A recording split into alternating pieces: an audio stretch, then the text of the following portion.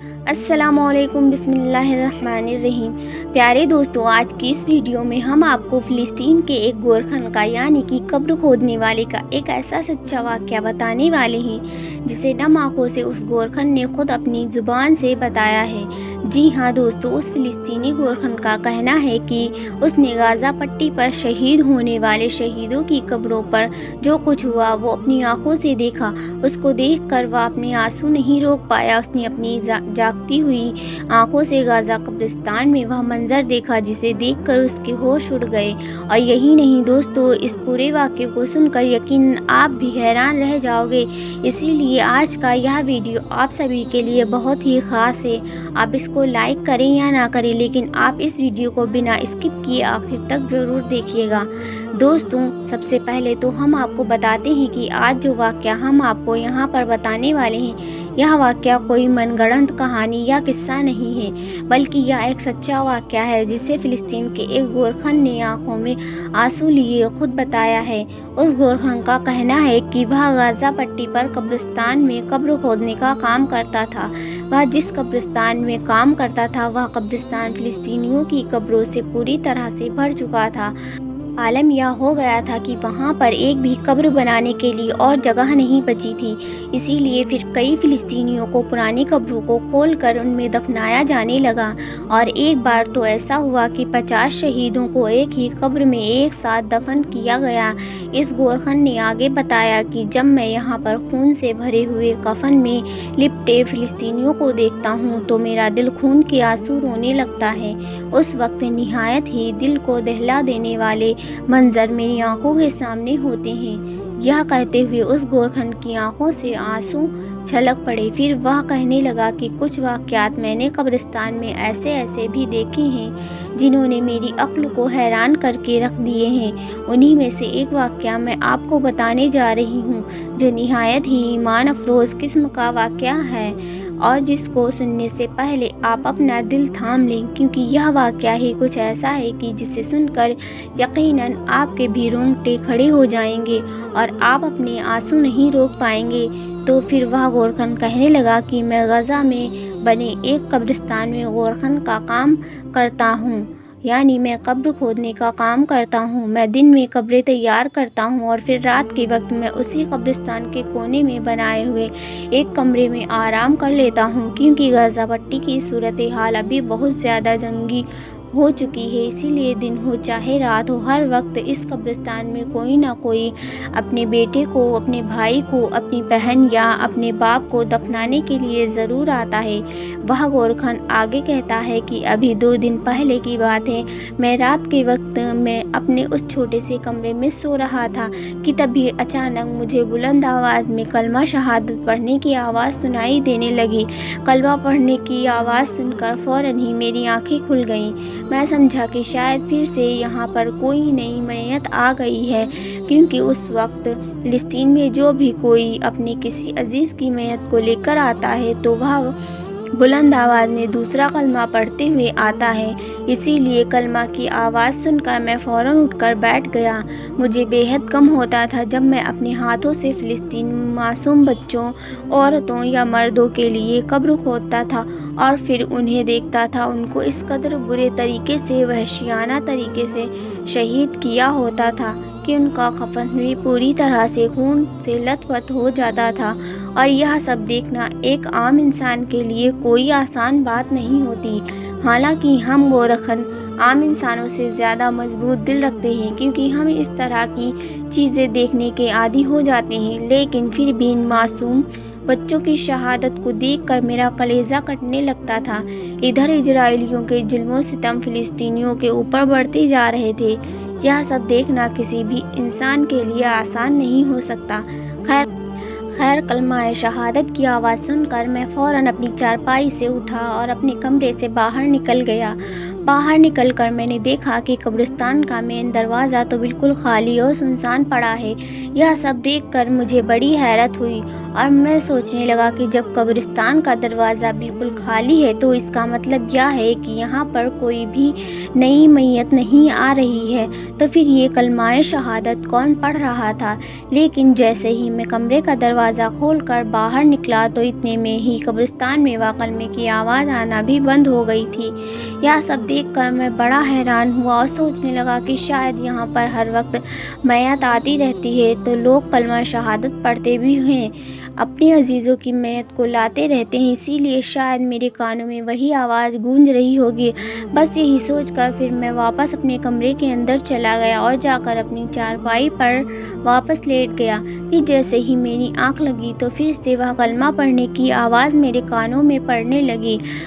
आवाज़ सुनकर मैं फिर से उठकर बैठ गया। मुझे ऐसा लग रहा था जैसे कोई बहुत सारे लोग बड़ी ही मीठी आवाज़ में एक साथ कलमा शहादत पढ़ रहे हों और इतनी बेहतरीन खुशबू आ रही थी कि मेरी रूह खुश हुई और उस कलमे की आवाज़ में इस कदर सुकून था कि मेरा दिल इस आवाज़ की तरफ माइल होने लगा था। लेकिन इसके बाद में मेरी आँखों ने वह नज़ारा देखा, वह बहुत ही ज़्यादा हैरान कर देने वाला था। मैं जैसे दोबारा अपने कमरे से बाहर निकला तो मुझे ऐसा लगा कि कब्रिस्तान में उसी एरिया से आवाज़ आ रही है, उसी जगह से आवाज़ आ रही है जहां पर 2 दिन पहले गाज़ा पट्टी में शहीद हुए 50 शहीदों को एक साथ कब्र में दफना दिया गया था। वह गोरखन आगे कहता है कि मैं जिस कब्रिस्तान में काम करता था वह कब्रिस्तान सबसे पुराना कब्रिस्तान था, जिसमें पहले ही बहुत सारे फ़िलिस्तीनियों को दफन किया जा चुका था। अब इसमें एक भी कब्र बनाने के लिए कोई जगह नहीं बची थी, इसीलिए अब इन हालात को देखते हुए जल्दबाजी में पास में ही एक सुनसान जगह को भी इस कब्रिस्तान के अंदर मिला लिया गया था, जिसे ख़ास तौर पर गाज़ा पट्टी में होने वाले शहीदों के लिए बनाया गया था। और जो आवाज़ मुझे सुनाई दे रही थी यह आवाज़ भी वहीं से आ रही थी। फिर जैसे जैसे मैं उस आवाज़ की ओर अपने कदम बढ़ाने लगा वैसे वैसे ही मेरे दिल की धड़कन भी तेज़ होने लगी। इस कलमा शहादत की आवाज़ में न जाने ऐसा क्या था कि मेरे कदम रुकने का नाम ही नहीं ले रहे थे। मेरा दिल मचलने लगा था और फिर जैसे ही मैं थोड़ा आगे और बढ़ा तो अब मुझे एक अजीब तरह की खुशबू भी महसूस होने लगी थी। ऐसा लग रहा था जैसे उधर से कोई बहुत ही ज़्यादा अच्छी खुशबू आ रही है। फिर जैसे जैसे मैं उस जगह के करीब बढ़ रहा मेरा दिल मेरे इख्तियार से बाहर हो रहा था। मैं बड़े बड़े तेज़ कदमों से उस तरफ बढ़ रहा था। जैसे जैसे मैं आगे बढ़ रहा था वैसे वैसे वह खुशबू भी बढ़ती जा रही थी। लेकिन फिर मैं जैसे ही वहाँ पर पहुँचा तो सामने का मंजर देखकर मेरे तो होश उड़ गए। मैंने देखा कि मेरी आंखों के सामने हरा भरा बाग है जहाँ पर दरख्तों के बहुत सारे फल लगे हुए हैं और मासूम बच्चे उन फलों को तोड़ रहे हैं और उनको खा रहे हैं। कुछ बच्चे इधर उधर भाग रहे हैं और खेल रहे हैं। वहीं पर बहुत से मर्दों को नीले रंग की नहर में नहाते हुए देखा और आपस में बातें करते हुए और मुस्कुराते हुए देखा और औरतों को एक जगह पर बैठे हुए मुस्कुराते हुए देखा। मेरे लिए यहाँ पर हैरान कुन की बात यह थी कि यह जगह कोई आबादी वाली जगह नहीं थी बल्कि सुनसान कब्रिस्तान था। लेकिन इस वक्त यह कब्रिस्तान एक खूबसूरत बाग के नक्शे में दिख रहा था और वह मुश्क जैसी खुशबू मुझे अभी भी महसूस हो रही थी। और मेरे लिए यहाँ पर दूसरी हैरानी की बात यह थी, इन सब लोगों ने सफ़ेद रंग के लिबास पहन रखे थे। लेकिन फिर जैसे ही मैंने उस बाग के अंदर कदम रखने की कोशिश की तो इतने में ही किसी ने मुझे एक ज़ोरदार पीछे की तरफ धक्का दिया, जिससे मैं ज़ोर से वहीं पर ज़मीन पर गिर गया। इतने में मेरी अचानक से आँख खुल गई। मैंने देखा कि मैं अपनी चारपाई पर लेटा हुआ हूँ और पसीने से लथपथ हो चुका हूँ। मेरे दिल की धड़कनें किसी तेज़ रफ्तार घोड़े की मानिंद चल रही थी। फिर मैंने चारों तरफ अपने कमरे में नज़रें दौड़ाईं। मुझे अब भी यकीन नहीं आ रहा था कि मैंने जो कुछ भी देखा है वह ख्वाब है या हकीकत है। अभी भी वह मंज़र मेरी आंखों के सामने घूम रहा था, जैसे कि मैं कोई जन्नत का मंजर देखकर वापस लौटा हूँ। मैंने दोनों हाथों से अपने सर को पकड़ा और ख़ुद को इस दुनिया में लाने की कोशिश करने लगा। 15 मिनट के बाद मेरी सांसें थोड़ी नॉर्मल हुई, लेकिन मैं अब भी बेयकीन था। इसीलिए फिर मैं फ़ौरन ही अपनी चारपाई से उठकर قبرستان سے باہر نکل گیا۔ وہاں پر مجھے بنبنانے کی آواز آ رہی تھی، جیسے کوئی سرگوشیوں کر رہا ہو۔ میں نے چاروں طرف اپنی نظریں دوڑائیں مگر ہر طرف خاموشی چھائی ہوئی تھی۔ آدھی رات کا وقت تھا لیکن پھر بھی مجھے ذرا بھی خوف نہیں آ رہا تھا۔ میں تیزی سے قدم بڑھاتے ہوئے اس طرف جانے لگا جہاں پر غازہ پٹی کے 50 لوگوں کو ایک ساتھ میں دفن کیا گیا تھا۔ وہاں پر جاتے ہی میں حیران رہ گیا کیونکہ وہی خاص خوشبو مجھے اب بھی آ رہی تھی۔ یہ دیکھ کر مجھے لگا جیسے میں اپنے خواب کو حقیقت میں بدلتے ہوئے دیکھ رہا ہوں۔ اب میری آنکھوں کے سامنے وہ ساری قبریں تھیں جو میں نے اپنے ہاتھوں سے بنائی تھیں۔ ان کو دیکھ کر میری آنکھوں میں آنسو جاری ہو گئے۔ مجھے جو بھنبھناہٹ اور سرگوشیوں کی آوازیں آ رہی تھیں وہ بھی یہیں سے آ رہی تھیں۔ یہاں پر واقعی میں ہر قبر سے کلمہ شہادت پڑھنے کی ہلکی ہلکی آواز بھی آ رہی تھی، اور یہ کوئی خواب نہیں تھا بلکہ یہ ایک حقیقی منظر تھا۔ دوستوں، ابھی اس طرح کے بہت سے واقعات سوشل میڈیا کی خبروں میں بھی خوب بتائے جا رہے ہیں، اور حال ہی میں آپ نے ایک بچے کی لاش کو دیکھا ہوگا جو کفن میں لپٹا ہوا تھا، اور جیسے ہی اس کے کفن کو کھولا گیا تو اتنی ساری خوشبو آ رہی تھی کہ لوگ اس مردہ کو، اس لاش کو ہاتھ لگا کر اس خوشبو کو محسوس کرنے لگے۔ سبحان اللہ! بہت سے لوگوں نے یہ دعویٰ کیا کہ انہوں نے شہیدوں کی قبروں سے بڑی دل فریب خوشبو کو محسوس کیا ہے۔ اس کے علاوہ قبر میں دفن کرتے ہوئے ایک شخص نے یہ بھی بتایا کہ شہیدوں کو قبر میں اتارتے ہوئے میں نے دیکھا کہ ان کی قبر کی مٹی بہت نرم ہو چکی تھی، بہت ٹھنڈی ہو چکی تھی۔ ان کی قبر سے گلاب کے پھولوں کی دل فریب خوشبو بھی آ رہی تھی۔ بہت سے شہید بچوں کے چہرے پر میں نے ایک عجیب سی مسکراہٹ بھی دیکھی ہے، جیسے انہیں دنیا و آخرت کی ساری خوشیاں مل گئی ہوں۔ دوستوں، اکثر کسی مردے کو دفنایا جاتا ہے تو کچھ ہی دنوں کے بعد میں ان کے قبر سے ایک عجیب سی بدبو آنے لگتی ہے، لیکن یہاں پر شہیدوں کی قبروں سے مشک جیسی خوشبو اٹھ رہی تھی۔ گورکھن آگے کہتا ہے، یہ منظر میں نے خود اپنی آنکھوں سے دیکھا ہے۔ یہ سب اس بات کی طرف اشارہ کرتا ہے کہ بے شک یہ سب شہید کامیاب ہو چکے ہیں۔ یہ سب دیکھ کر میں وہیں پر اپنے گھٹنوں کے بل بیٹھ گیا اور میں پھوٹ پھوٹ کر رونے لگ گیا اور اپنے لیے شہادت کی موت اللہ سے مانگنے لگا۔ بے شک اللہ اپنی راہ میں قربان ہونے والے بندے کو بلند مقام عطا فرماتا ہے۔ دوستوں، یہ دنیا کی ایک ایسی حقیقت ہے کہ جسے دیکھ کر ہزاروں غیر مسلمان بن گئے۔ تاریخ اس پر گواہ ہے کہ شہید کے جسم کی اللہ تعالیٰ حفاظت فرماتا ہے۔ اسی لیے ابھی 50 سال پہلے جب آل سعود نے ہر دھرمی میں آ کر کچھ صحابہ اکرام کی قبریں کھدوائیں تو لوگ دیکھ کر حیران رہ گئے کہ 1400 سال گزرنے کے بعد بھی صحابہ اکرام اپنی قبروں میں بالکل صحیح سلامت تھے۔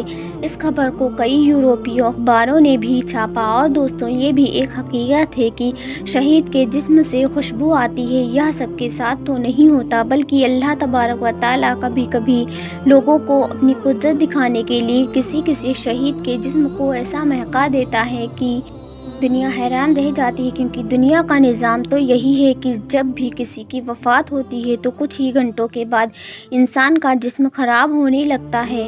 اسی لیے گھر والے کوشش کرتے ہیں کہ جتنا جلد ہو سکے میت کو قبر میں لے جا کر دفن کر دیا جائے۔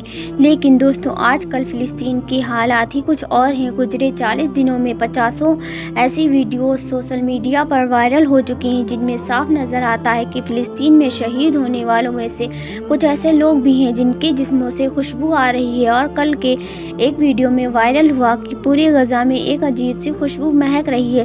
جہاں پر شہیدوں کی لاشیں رکھی ہوئی ہیں وہاں پر تو بدبو پھیلنا چاہیے، لیکن وہاں موجود لوگ کچھ اور ہی باتیں بیان کر رہے ہیں۔ ان کا کہنا ہے کہ یہاں اکثر شہیدوں کے جسموں سے ایک عجیب طرح کی خوشبو نکل رہی ہے۔ دوستو، یہ اللہ ہی کی رحمت ہے کہ وہ جسے چاہے شہادت کی موت عطا فرمائے، ورنہ مرنا تو ہر ایک کو ہے، چاہے موت گھر میں آ جائے یا اللہ کی راہ میں۔ اور روایتوں کے مطابق اگر گھر میں موت آتی ہے تو اس میں جسم کو بہت زیادہ تکلیف ہوتی ہے، لیکن اگر اللہ کی راہ میں شہادت کی موت آ جائے تو اس میں جسم کو صرف اتنی ہی تکلیف ہوتی ہے کہ جتنی ایک چیونٹی کے کاٹنے سے ہو۔ اس لیے آپ نے ضرور دیکھا ہوگا होगा कि जितने ही लोगों की दुनिया में मौत होती है तो बाद में उनका चेहरा बड़ा घबराया हुआ नज़र आता है, लेकिन वहीं आप फ़िलिस्तीन में शहीद होने वालों को देख सकते हैं कि शहादत के कई घंटों बाद जब उनके चेहरे को देखा गया तो वह मुस्कुरा रहे थे।